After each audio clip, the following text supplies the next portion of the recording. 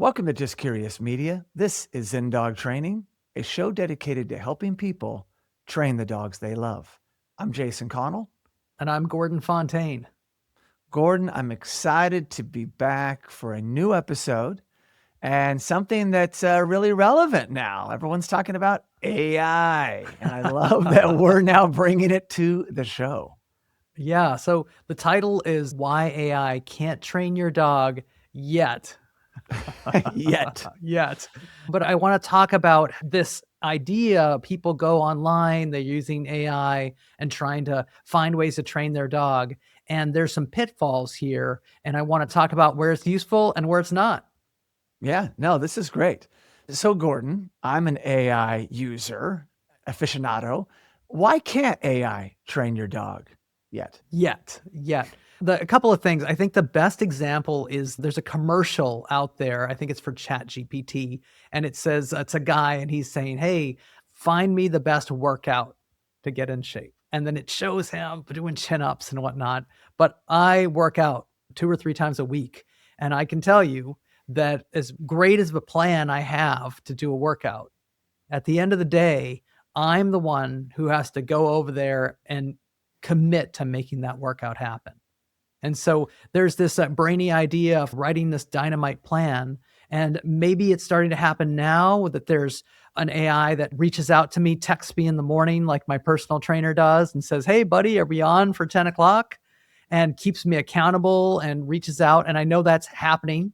But with dog training, there's so many variables and the follow through accountability aspect that makes using AI to train your dog very challenging at this point. So that's really interesting, Gordon. I work out every day, not reliant on AI, but it's become a principle and a way of life. But if I'm a newbie to this space, is ChatGPT going to help you with your Yeah. workout? At this point, I would say no. It'll help you write a great plan.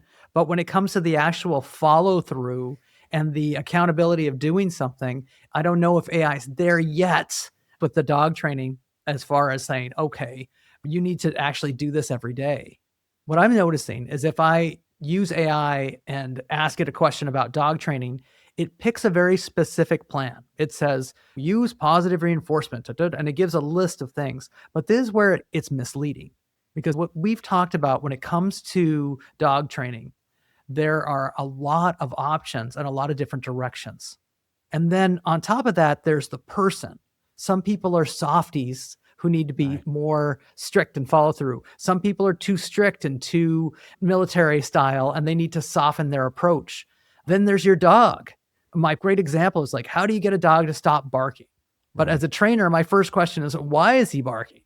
Is he shy and fearful? Because that's going to be a completely different training plan than a dog who's barking because he's demanding or aggressive. And so there's so many factors, and I thought we would unpack a few of these factors and say, okay, AI would be great for designing a positive reinforcement plan to work on X behavior. But when it comes to the training that I do and I teach, it's more holistic.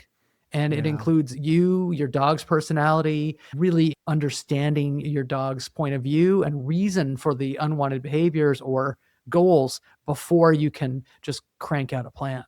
That's very well said. There's too many variables. It's too nuanced. And yes, ChatGPT could easily say, how do we stop counter surfing? And then there's a little plan, but it's not going to necessarily have your type of tutelage in the home. Like, oh, you have 3 kids and let's look at this. And yeah, there's so many factors. And yes, AI's not there yet, at least until it scrubs the Zen Dog Training website. Exactly. Until it gets all of my stuff in there, which might be sooner than I realize. Maybe it's 6 months, maybe it's longer.